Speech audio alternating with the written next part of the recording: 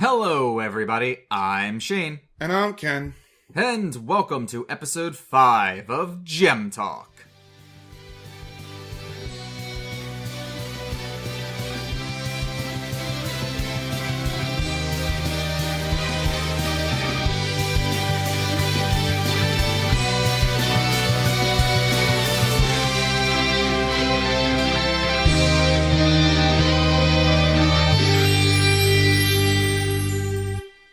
All right.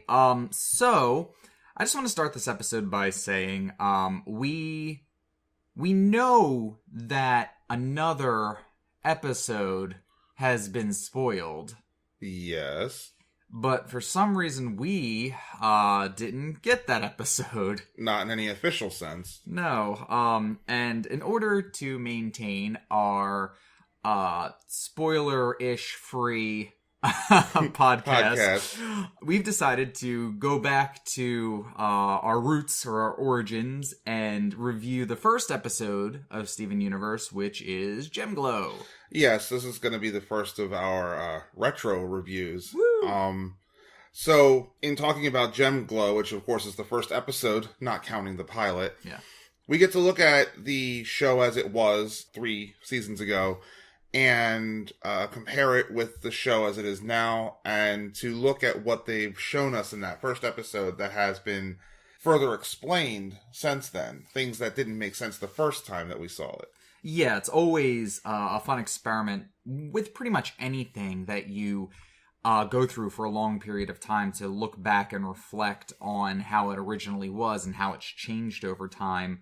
So we're going to go back to the first episode, all the way back to when everybody was first introduced to Steven and the Crystal Gems, and sort of go through the episode and just kind of make commentary on what we noticed or how we felt, what we see differently now that we're watching it for me, it's like an 8th time. Yeah, about that.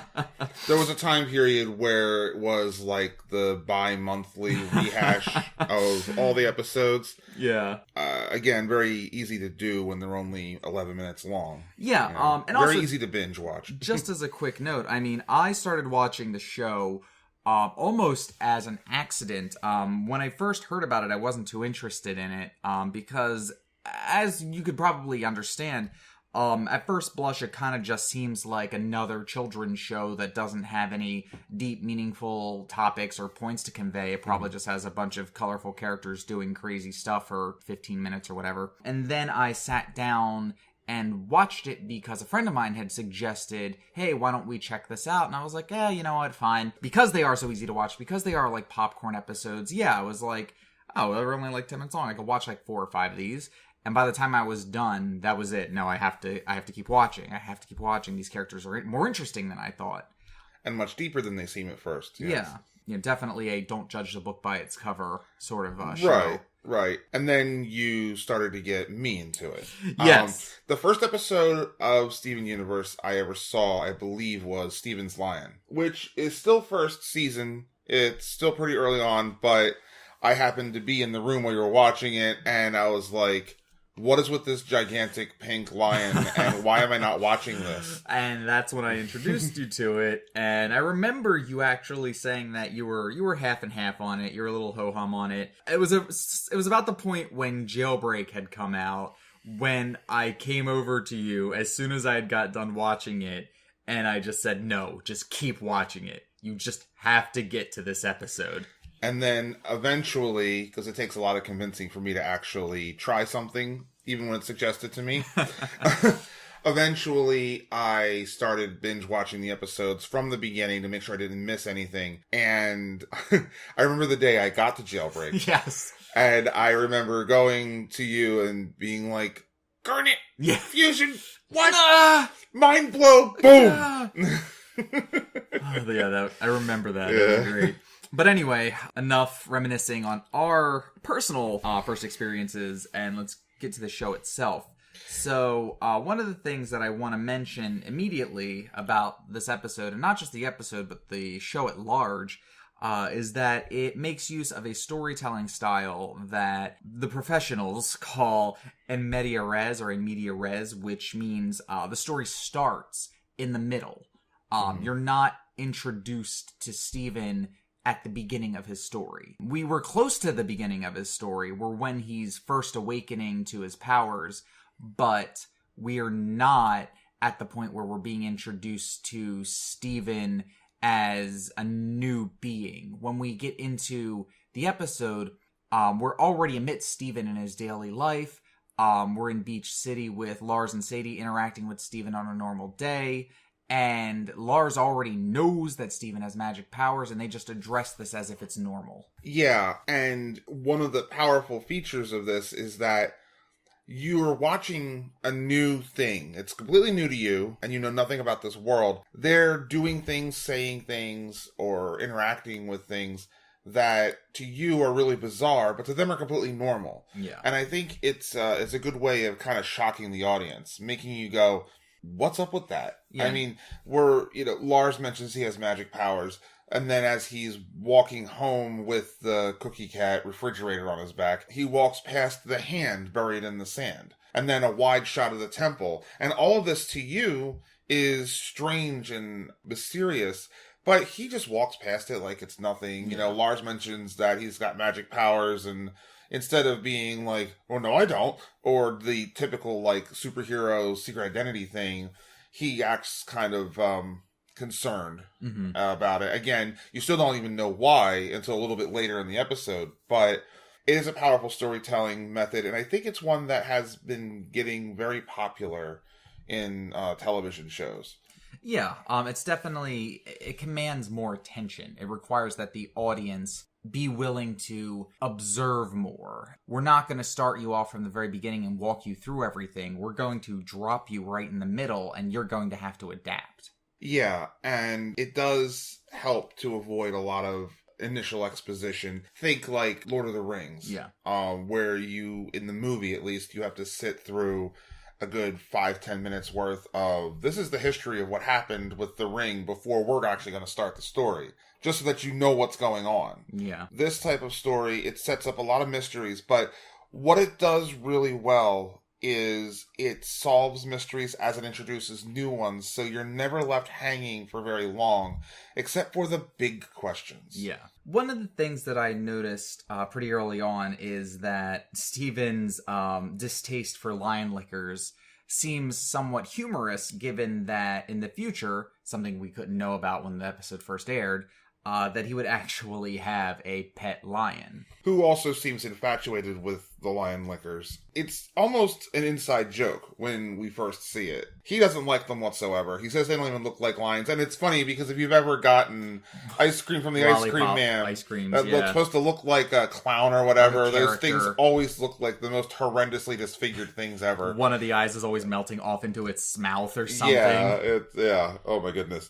Of course, we find out later that, he does end up getting a lion, and the lion really likes lion liquors, or is at least infatuated with them, and he, doesn't he, bait him with them at one point? Nightmare Hospital. He actually says he learned how to train lion, and he just pulls out lion liquors to, pull or guide him into the hospital. So that becomes, a running gag. It almost made me wonder for a short while if Steven had any sort of association with cats, because it's the same color as his hair, the cookie cat. Mm-hmm. The cookie cat's shape is sort of round and lumpy, almost like his head. There's also the episode Cat Fingers. True. Rebecca Sugar's cat is also named Lion. Is it really? Yeah. Oh, okay. I see what you did there. Also, quick note, in the episode Cat Fingers, the first thing that he asks Amethyst if he could learn to turn into is a lion. Yeah.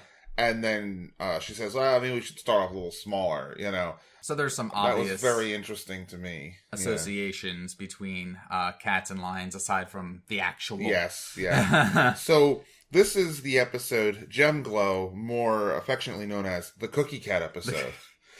It's the first episode that has a song. Yes. And the first episode, period, which makes me really happy. Yes, and about the song, as anybody who's probably listening to this already knows, this series has a lot of music in it. Yeah. Music is an excellent storytelling device. Mm-hmm. Songs are easy for people to remember. If they're catchy, they're just really good, compacting a lot of information in a short period of time. One of my best examples of that really is Jailbreak. Most of that episode is Stronger Than You. Yeah. And it's all about what it means for Garnet to be a fusion all the time. Mm-hmm. You know, she could have just said so, but that would not have been nearly as entertaining. Or as memorable, or have gotten as many views on YouTube. Mm-hmm. And parodied. Oh my goodness. And sometimes I wonder if they really knew what they had on that. But this we're supposed to be talking about Gemglow, but the Cookie Cat song, apparently in the marketing for these ice cream treats, there's this whole story about how Cookie Cat is an alien escaping from an interstellar war, and he had left to leave his family behind. But he's also edible. This is one of those things that when you're first introduced to it, it's like, okay, this is just silly and funny and whatever. Mm-hmm. As you watch the series, you begin to realize that the whole story might be the Cookie Cat song. Yeah, the only thing I could really think of to refer to that as would be foreshadowing. Mm-hmm. That the story you're being told in a sort of microcosmic sense through the Cookie Cat is an illusion for the story as a whole, Steven's story. Because as you were saying, though Steven may not have left Homeworld himself, I mean, maybe it's more about Rose, who left her, world behind, came to Earth, and, that's the story. Yeah, the one line in there, if we're to take this literally, mm-hmm. is that Cookie Cat was a refugee from an interstellar war. The only war we know about is the Crystal Gems defending Earth against Homeworld. That's not really technically interstellar. That's a planet-wide thing. Yeah. And the war was happening on this planet, and Rose didn't leave this planet to go somewhere. So is it possible that there was some kind of other war going on out there between Homeworld and possibly some third party we're not even aware of at this point? Or is it possible that Steven's story, as it's currently playing out, will end up mirroring Cookie Cat's story, in that Steven will have to leave Earth. And his family, like Greg and Connie, perhaps, and stuff like that. Yeah. In order to take part in an interstellar war. That's another interesting take on it. Interesting. If it's even all that. Sometimes it's just a song. It has to be up to interpretation, because none of the characters are literally an edible space cat. Yeah, unless you want to make some analogy to a sacrificial nature or something like that. There have been theories that Steven will have to sacrifice himself at some point. Yeah, I mean, there are also a lot of allusions to Steven dying in certain episodes, but we'll leave those discussions for when the episodes are... when they come up. Yeah. Yes. But the Cookie Cat song, first song, is that a rap? Because it's sing-song. It's not really... it doesn't have a tonal quality. It's a jingle, yeah. I mean, it even remembers down to the, what is it? Now on Gervin's on Roof 109, Yeah. And one of the things I wanted to mention about the music is that they do a wide spectrum of genres, too. Oh, yeah. They don't just stick to, rock. There's a country song. There's, all kinds of genres in here. Yeah. This is also the first episode where we meet Sadie and Lars. Yes. At this point, there's nothing being said about the fact that there might be some hidden relationship between them. You get the idea that Lars is a bit of a jerk. Mm-hmm. He might be the bully stereotype. Yeah. And Sadie is at least considerate. But you don't really know a whole lot about these people. They're just the people that work at the donut shop. Yeah. At this point. They get their own episodes later on and are thoroughly fleshed out. So the episode begins with Steven letting out this cry of anguish. His emotions are very on his sleeve is the term. You wear your heart on your sleeve. I mean, as we come to learn later, his powers are based on his emotions. So it's sort of important that his emotions be very evident, because that is how his powers are generated. It would be very confusing and disorienting if his powers were generated from his emotions and they weren't obvious. Mm-hmm. This way you know what his powers are going to be based on his emotion and not vice versa. Yeah, it also helps the cartooniness of the character, that he is so expressive. Yeah. The common cartoon thing. It's also interesting to note that even down to the first episode, they make it a point that his powers are generated from his emotions, because it's only when he's happy about eating the Cookie Cats, or happy that he can be with his friends and enjoy the Cookie Cats, that he can cause his gem to glow or generate the shield. Because when it first happens, he's overjoyed at the fact that he thought he lost cookie cats forever, but now they're back and I can eat one. And that spike of positive emotion causes the gem to start glowing. And then he can't do it again and he doesn't understand why. And then it's right when his gem starts to glow, they point it out to him, and then he sees it glowing, and now he's like, "Ooh, now I want to actually do something with this." And then he starts thinking about it less emotionally, more logically, and goes. Yeah, and then when he tries to do it again and can't, it's not until his friends reassure him that, oh, well, even if you can't do this, we'll still all be a big group together, and you're one of us, and then it starts again. So even in this episode, they made it pretty obvious, at least in hindsight, that they were planning for his powers to be directly related to his emotions. It kind of makes me wonder if there were any incidental powers when he was a child, like a baby. Yeah, from the point of view of this episode, though, that's not very clear. No. Again, being media res and being only the first episode, you are still left with a lot of questions. I mean, even Pearl is confused at first and questions like, what is in these things? It's like, is this actually what's causing it to happen? Yeah, which might have just seemed like a comedic one-liner at the time, but it may have been because Steven is the first fusion, so to speak, human of gem a human hybrid. and a gem. Yeah. And they don't know what makes a human gem operate. Yeah. So maybe there could have been some ingredient in the cookie cat that, like, set it off or whatever. Riboflavin. Causes gems to glow. Yeah. So, a quick note on the character design I just wanted to mention. We had spoken before about how in different episodes, different artists make the characters look slightly different. But here we are on the first episode, before any of the gems had had the opportunity to reform, before we even knew reforming was a thing. So this is how the characters are first presented to the audience. And I think the one that makes the biggest difference or stands out the most is Garnet. Now, that might be obvious due to the fact of what they were trying to hide at the time, but I mean, when I look at Garnet now, her head reminds me more of like a loaf of bread, because the top portion of the hair is more rounded and the bottom part's kind of squared off. Garnet's universe was before Jailbreak. Yes. Yeah. Because they kind of made a joke about that in that episode. I mean, her nickname is Square Mom. Yeah. So in these earlier episodes, Garnet is much blockier, deeper red in color. I remember when I first watched through the episodes, as I was binge watching up to Jailbreak, I started off not really caring much for Garnet. I didn't really care for her character. She was because she was so quiet. I didn't know anything about her. Initially, my favorite gem was Amethyst. Yeah, same. And as we got closer to Jailbreak and Garnet started opening up a little bit more, I realized that, oh, she's the strong but silent type. She's when I say something, it's important, listen to it. Not only that, but again, she's supposed to maintain this air of mysterious je ne sais quoi because she's a fusion and you don't want anybody to know that. So she's always sort of distant and ethereal because she does have this big secret. Right. So yeah, and I also noticed that Pearl's design had changed. Now, all three of the gems have reformed by this point. Amethyst more than once. Yeah, but Pearl's change and Amethyst's change to that effect are also very minute compared to Garnet, for example. So they've never really stood out too much to me. Yeah, the biggest change with Amethyst was that shoulder strap, which Pearl pointed out in that episode. Symmetry means both sides are equal. Yeah. So Steven comes home with the refrigerator. What he plans to do with that refrigerator, I don't know. Again, he's a kid. Yeah. He's offered this thing that he likes, so yeah, he just takes it. Yeah. I mean, much like Greg. Remember Greg's garage? They're probably hoarders. has the same pack rat mentality. That's the next episode. Yeah. But he walks into the temple. Now, remember, we've seen this hand in the beach. He's got magic powers, apparently. We see this temple. Okay, obviously there's something strange about this going world. On here, yeah. And he walks in the door, and giant centipede monster, oh my god, what the hell? You know?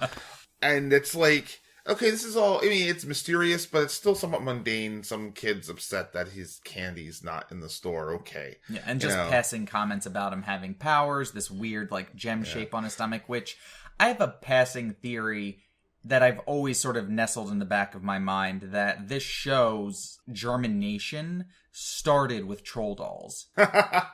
You know what?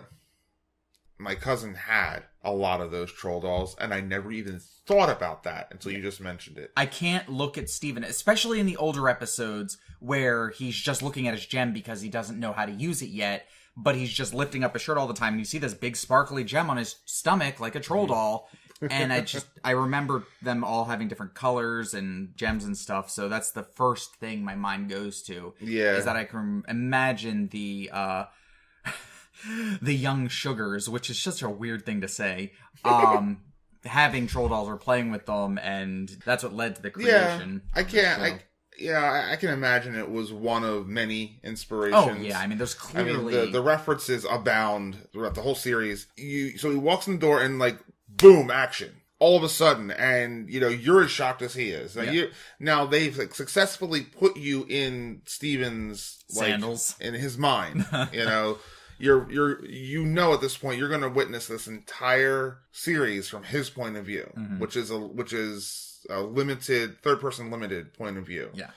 And we get to see the crystal gems themselves for the first time, fighting the Cenobeetles, as they call them, all in their own way. I really like the way Pearl fights. It's it's very martial arts style. And it's very interesting because, as I'm sure we'll discuss in the future, Pearl has a relationship or this association with knights or with militant figures.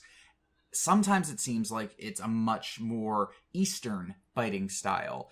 This episode specifically, when she's describing how to summon a gem underneath of a cherry blossom tree. With a very Zen concept. Yeah, it seems very samurai, very old martial arts master. But she talks about learning about knights, specifically in a sort of European, Anglo-Saxon sort of way. Although I gotta say, the sacrificial part of that, and of course this is a discussion for Sworn to the Sword, but very samurai-like. Yeah, I don't know about Western knights, but definitely samurai. Where they would go and kill themselves if their lord told them to. Yeah. I wonder if what Rebecca Sugar had in mind was a samurai, but for the sake of Western audiences, uses the term knight. Because I think if you try to line up the two different cultures, that's kind of... the closest parallel. That's the analog. Yeah. And it's the same concept, really. One of the things that I think we both had mentioned while we were watching the episode again is that as they're poofing the smaller Cenobeetles, they say that there are no gems and that there must be a mother. And this is a very unique ability. There are very few monsters throughout the show that can just make more of themselves or generate smaller versions of themselves. Yeah, I can, at this point, right now, I can only think of two. The Cenobeetle and that starfish monster where the baby starfish turn into little drill bits and, like, go into the cliff face and everything. This struck me because we learn later that the monsters are corrupted gems. Yeah. We also learn later about gem shards and gem mutants and all this stuff. It made me wonder, are the offspring like shards of the original gem or something along those lines? That may have been true with the Cenobeetle, but not with the starfish thing because it does the like divide thing. You cut it in half and it becomes two. Yeah. And then they attack you separately. Then you hit them and they divide. Yeah. So definitely not the same thing. But the Cenobeetles, like the little ones, had no gem at all. Not a gem shard. They had no gem whatsoever. Yeah, again, the show is still at this point in its infancy. It may be that this greater cluster storyline may not have been developed yet. Perhaps if the show had been retroactively fixed or touched up, that the smaller ones may have had gem shards, being portions of the larger gem itself. Yeah, being the first episode... there may be certain details that we'll never have fully answered because they were effectively written out later. You have to give the writers that sort of flexibility. This show is very tightly written as it is. Yeah, anything that does manage to possibly slip between the cracks can be forgiven. Yeah, I mean, so this is a total, like, nitpick, but you never know. They may do an episode later where they explain this, like, mother monster versus offspring thing, and all of a sudden, oh, it has relevance after all. And yeah, and it could also just be written off as a power that a few monsters have, is they can just spawn smaller versions of themselves.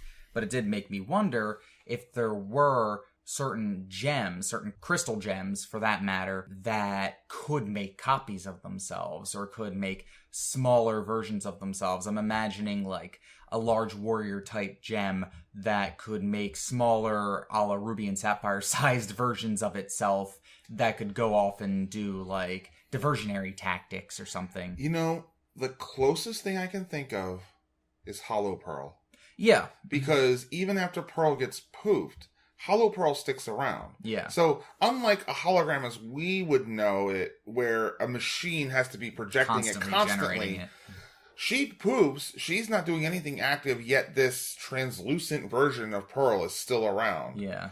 They have some level of self-sentience. Yeah, even though she's stylized very much like a robot of some kind. That's the closest thing I can think of. I've never seen any other gem, homeworld gem or otherwise, spawn other copies of themselves. Yeah. So they defeat all those Cenobeetles. You know, Steven's upset that they got into the fridge, but then he sees a freezer full of cookie cats. Yes. And also a little Easter egg. Yeah, the freezer. There is the glow band or the glow necklace or whatever you want to call it that Steven has tucked away in the freezer there, which I'm sure anybody that's ever been to a parade or gone to like children's party or what have you, particularly in the summertime, has seen, and that it seems like a throwaway passing, something that you stick in the freezer to make it last longer. That's just something you do. It's a cultural reference more than anything.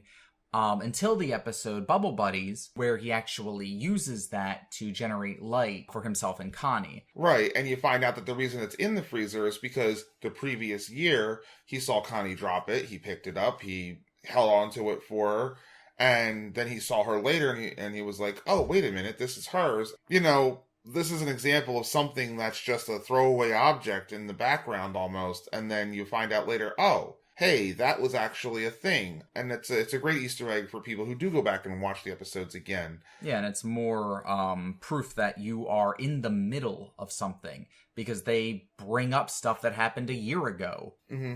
So the gem glows for the first time. They tell him, hey, your gem's glowing. He freaks out and it stops. And then he asks them how to summon a weapon from a gem. And all three of the crystal gems have their own unique ways of explaining it. And those ways tell you a lot about their personality. Yeah, summoning a weapon is a very personal thing. There's no individual way to do it. It almost seems like whatever way best amplifies your own personality or spirit is the best way to summon your gem. So for Pearl, as we mentioned before, it's a very zen thing. And it's funny because she starts off with something that's kind of spiritual sounding. We have got these floating petals, which are pink and heart-shaped, by the way. Yeah. Floating down, and then she gives the extremely technical, like, physics definition of it. Their motion is calculated by the physical properties of this world. Okay, I thought we were going to have, like, a mystical moment here, and all of a sudden, nope, science. Which segues directly into him asking Amethyst about it. And one of the things I noted was that Amethyst says to him, did Pearl tell you the pedal thing? And he was like, yeah. And Amethyst's like, that's no fun. That's not the way I do it. Now, what I got from that is, at some point in the past, Pearl was trying to teach Amethyst to summon her weapon in Pearl's way, just like she tried to teach Steven. Yeah. We know that Amethyst was the last one to join the group. Mm-hmm. And I have this thing going on in my head that's been going for a while, that this weapon summoning thing might have been a skill that was particular to warrior gems, but was taught by Rose to the others. In order to mount a defense against homeworlds. Right. And while amethysts are warrior gems, and perhaps it's natural that Amethyst's weapon is a whip, I don't know, we haven't seen an actual amethyst yet. Yeah. The thing is that she might not have been born just knowing how to do it. She had to learn that skill. It's also possible that because she's overcooked, so to speak, that she may not have been able to do it naturally. It may be a natural skill that gems have to produce weapons, but maybe they find Amethyst, and as she's growing up, they're like, why isn't she generating a weapon? What's going on here? And realize, oh, there's something wrong with her. And Pearl, being the very astute sort of teacher-esque type of person that she is the one that takes the mantle of teacher and goes to bring Amethyst into this capability. And that's why Amethyst knows Pearl's way of teaching, probably knows it very intimately, because that's exactly how she was originally taught. And I'm sure that once that ended up not working out so well for her, she found her own way.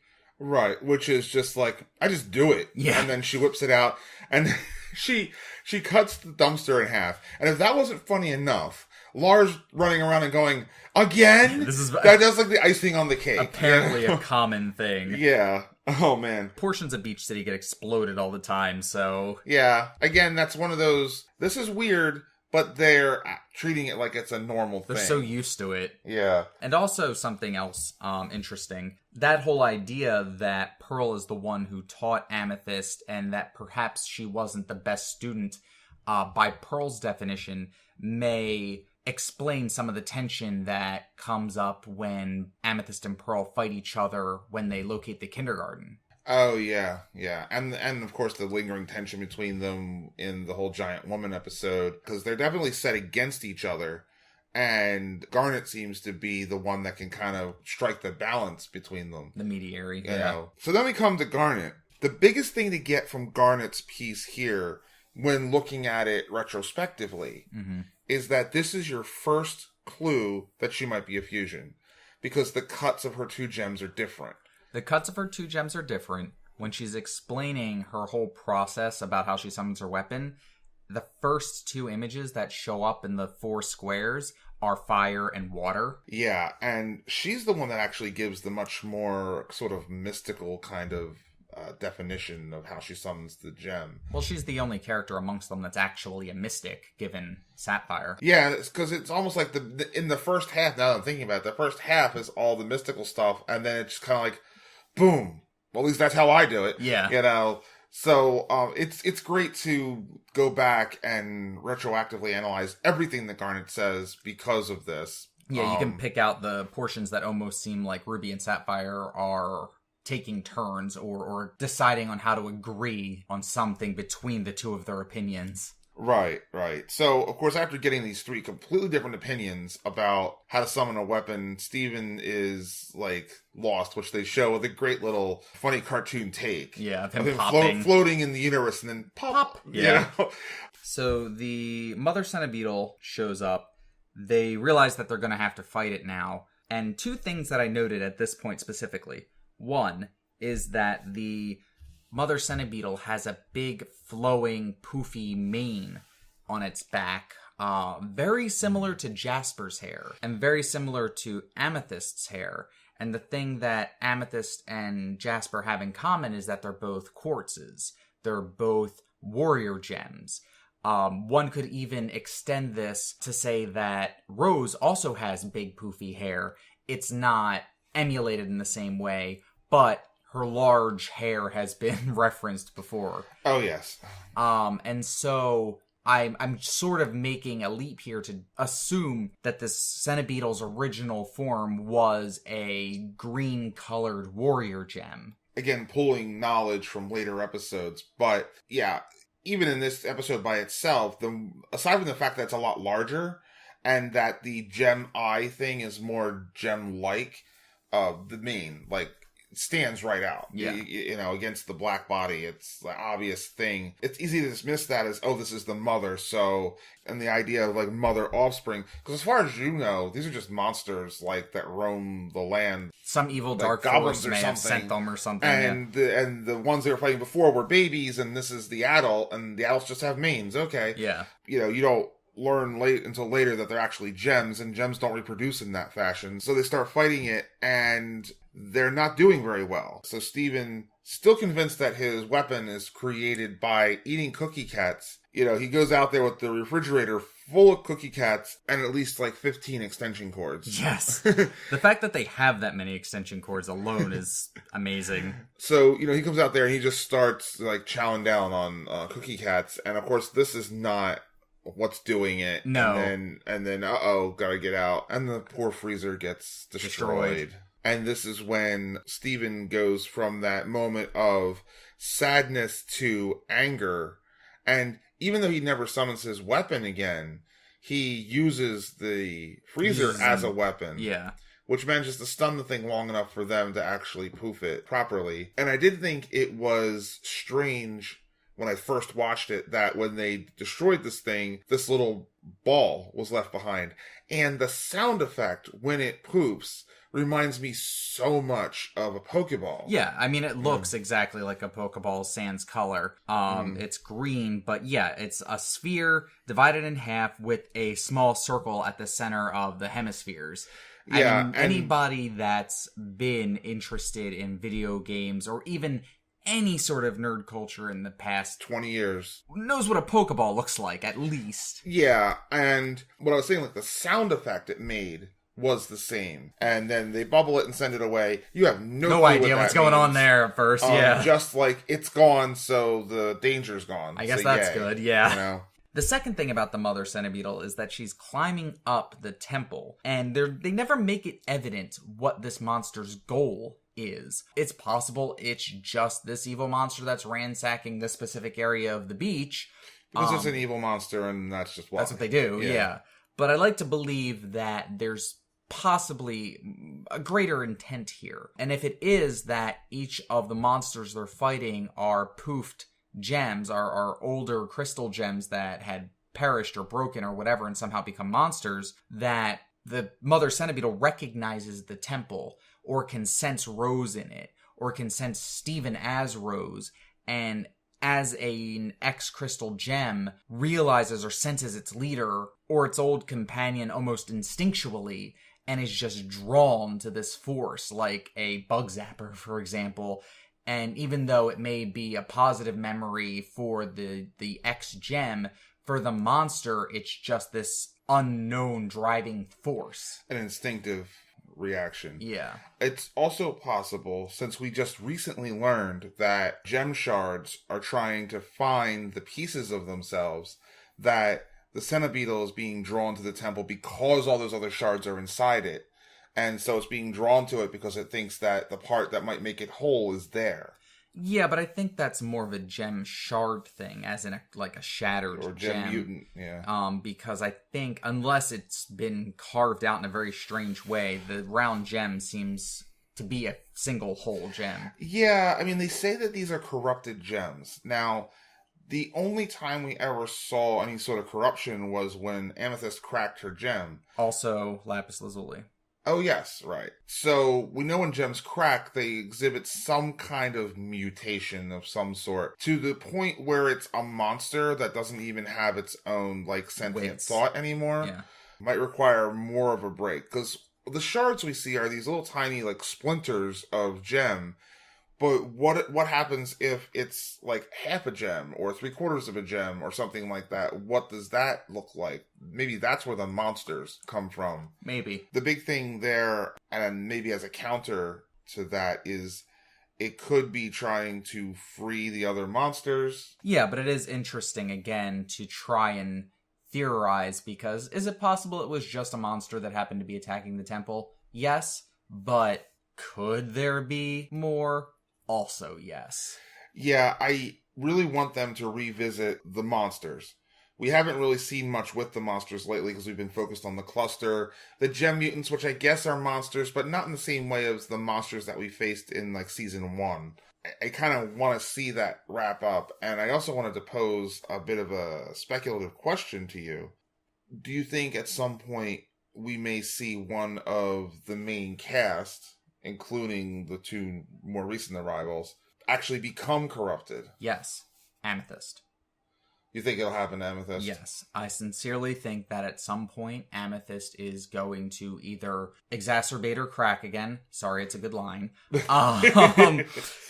And become uncontrollable, irascible, and just attack the group. or she's going to get hurt or corrupted or something in some fashion and become a monster. Maybe a purple centibeetle. Who knows? Yeah, and I can imagine a sort of a story arc where they have to bubble her for her safety and everybody else's, and then it becomes a much more serious prospect trying to figure out how to repair these corrupted gems, because if they can be repaired, and if they are former crystal gems, then you have an army in there which will waiting become to come back out. Much more helpful as more and more homeworld gems apparently seem to find their way to Earth. I wanted to step back for a minute and mention that in the scene where Steven's trying to recreate what caused his gem to glow, Steven feels like because he can't control his powers, he's somehow less of a crystal gem or not a crystal gem at all, since I'm guessing up to this point his powers really haven't manifested themselves very well, if at all. Yeah. So he's concerned that he's not going to live up to this expectation, which is, he actually mentions in the extended version of the title song that he's trying to live up to everybody's expectations of him. Yeah. And so it's a big pressure for him. And they tell him that it's fine. If you can't control your powers, it's all right. You'll still be one of us.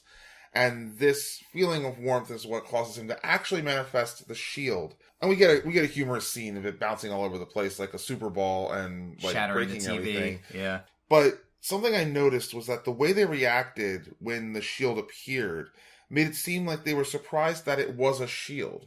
Because they said, oh, or Pearl said, oh, it's a shield. And I was thinking, well, she didn't say it's her shield or the shield. Yeah, this may be an instance where the phrasing is just so oblique that it's hard to determine exactly what they intended. Because it's possible that she's surprised to see that it's a shield just because she's surprised that it's exactly the same. Kind of overwhelmed or overjoyed. I mean, kind of like when you say, oh, it's a boy. I mean, it's going to be a boy or a girl. The options are very limited. But it may just be that she's surprised to see Rose's shield again. Because I'm sure that just brings back a buttload of memories. All kinds of memories. And I think you had made an observation about the design of the shield. Yes. Well, actually, I spent a fair amount of time observing the shield over this past weekend. In great detail. Yes. I went to Wizard World Philly last weekend, and I decided that I was going to cosplay as Steven because I already had the shirt. Jeans are not hard to come by. Flip-flops are not hard to come by. All I really had to do was buy the big poofy black wig. Yeah. Which we do have a local party store, so that was pretty simple. But I wanted the piece de resistance. I wanted something to set it over the top, and so I decided I was going to make the shield, which was a very sleepless weekend creating. But that aside, when I went to make the gem for the center of the shield, I was kind of going off memory at first. So I made a papercraft 5-sided gem because I knew that Rose's gem is a pentagon. Yeah, it has 5 sides to each face. And so I was trying to put that at the center of the shield, and something didn't look right. I had that sort of uncanny valley, like, this seems wrong. So I went back and I looked at more reference pictures, and I was like, oh, wait, this is actually a triangular gem. It's more along the lines of how Sapphire's gem is cut. So I don't know if there's any intention there, because the only time I've seen triangles being used to represent gems, aside from Sapphire's gem, is in Jailbreak and some of the other episodes. The Diamond Authority sigil, which is often shown as the white, blue, yellow, and sometimes pink, triangles. Now, the one that stands out the most is the one in Jailbreak on the ship's floor where Garnet and Jasper fight, has the yellow, white, and blue triangle shapes, but there's no pink one there. Right, and we know in the Sky Temple that it has the 4 triangular design, or the actual diamonds. They're diamonds in that one. Okay. So that's one of the things that's been really interesting to me, is this triangle versus diamond design. Now, it's possible that since one of the bigger theories / questions of the show is, we know that there's a diamond authority. We know that there's a white diamond, we know that there's a blue diamond and a yellow diamond. Those have been made obvious. it's been speculated that there's also a white diamond from imagery in the show. Now, we've also seen evidence that there must be a pink diamond, even though she's never mentioned, she's never alluded to.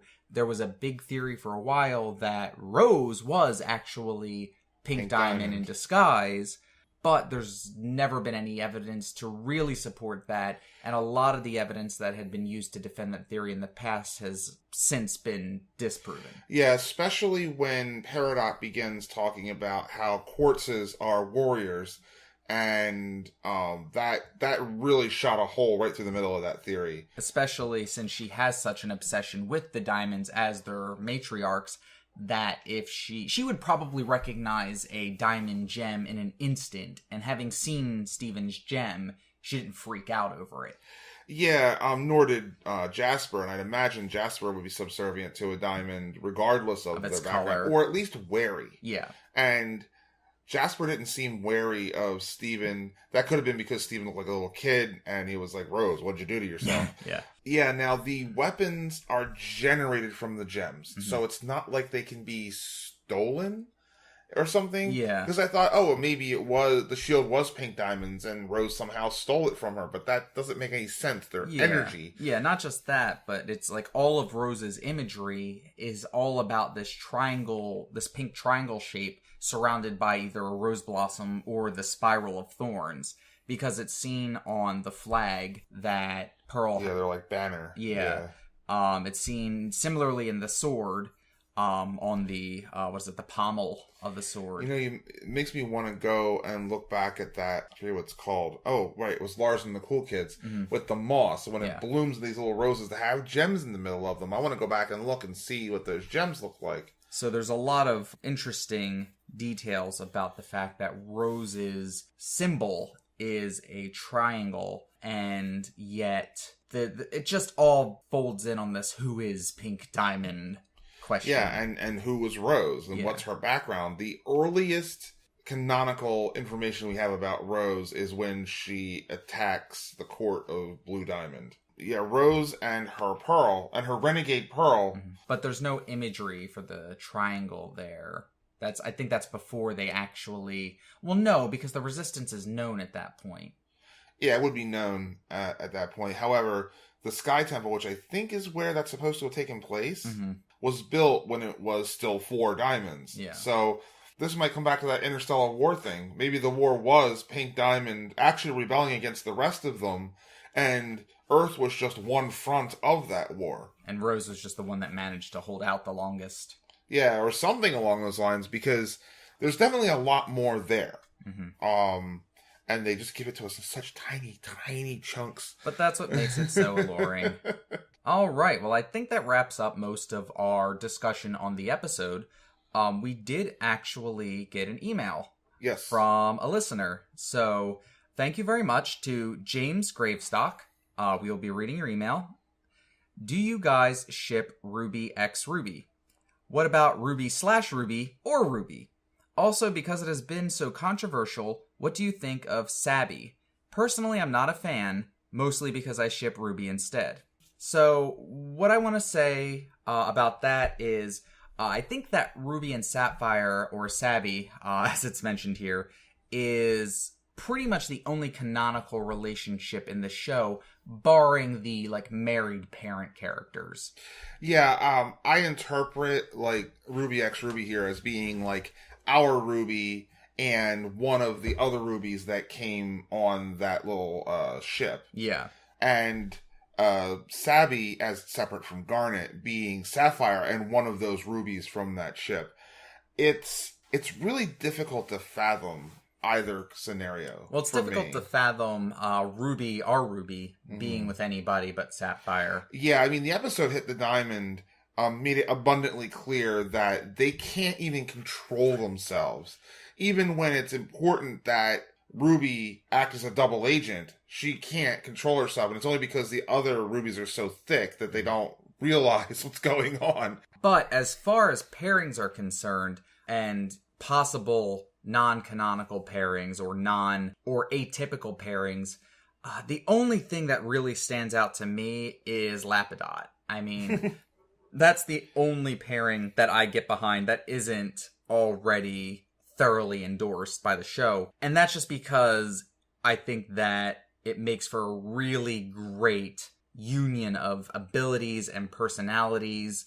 You have Peridot, who's very analytical, who's very driven, who's very... Type A. Yeah, and then you have Lapis, who's very much like water. She's very easy, go with the flow, very, very emotional, very... Well, you're reminding me of, Bruce Lee's description of water, that it can flow or it can crash, and she does both. Yeah. She can seem very vulnerable at times, and then she can flick and spike a ship. Yeah. So it seems to me like Lapis is the wavering sort of character that may not have a lot of control over her emotions because she has these very placid moments, but also these very reactive tendencies, these very strong outbursts, whereas Peridot can be very focused and very determined and very goal-oriented. And so when the two of them come together, you have just this perfect blend of different personality traits that could make for a wonderful pairing a la Fusion. Mm-hmm. I think the combination of Peridot and Amethyst would be interesting. Then there's also Peridot and Pearl. Yeah. You would have all the technical angles literally covered at that point. Something has to happen with Peridot and Lapis, either with each other, Lapidot, or them and the others. Yeah. You know, like something's going to have to happen. We know it's going to happen at some point anyway. It's just fun to speculate. And I think that it's pretty interesting. A character that seems to garner a lot of pairing attention, at least from within the show itself, is actually Sadie. Yeah, Sadie's the only human character that's managed to poof a gem with a spear. I think a pairing between Steven and Sadie would be interesting. Obvious, there's Lars. You know, I haven't seen Sadie show much interest in anybody else. Well, there's the episode where... Ronaldo. Where Ronaldo shows some interest in Sadie. And as to whether or not that's reflected, who knows? But there's that. And we know that Ronaldo and Lars knew each other as young children. So, possible triangle situation there. Yeah, and I think it's hard because Lars is a jerk. Yeah. He's almost always a jerk. I think he's had like one redeeming situation that was legitimately redeeming that he didn't screw up again.